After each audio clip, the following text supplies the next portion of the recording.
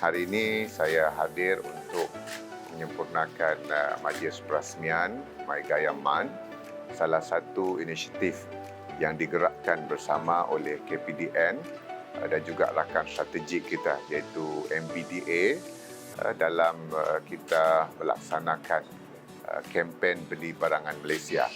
Salah satu mandat yang diberikan oleh kerajaan untuk kita mempromosi dan membangunkan produk-produk jenama tempatan ini.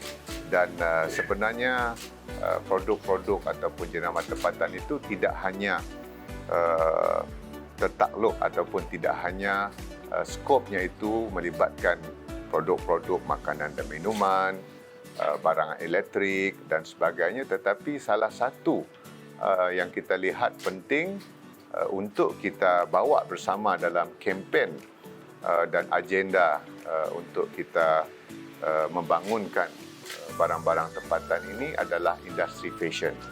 Sebagaimana yang saya sebutkan tadi, beberapa kajian oleh shopperbot.com, oleh Maida sendiri dan laporan HCIE yang menunjukkan bahawa potensi besar industri fashion dan tekstil kita ini adalah pada angka asas yang sudah cukup membanggakan.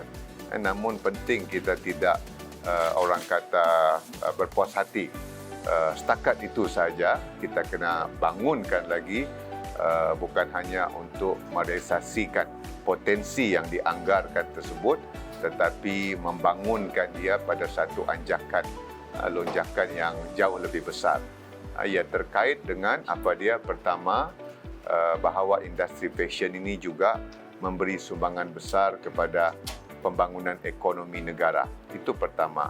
Yang kedua adalah dalam konteks kita membangunkan salah satu komponen penting dalam rakyat kita juga, iaitu fashionpreneur, golongan pejuang, penggerak kepada industri fashion ini.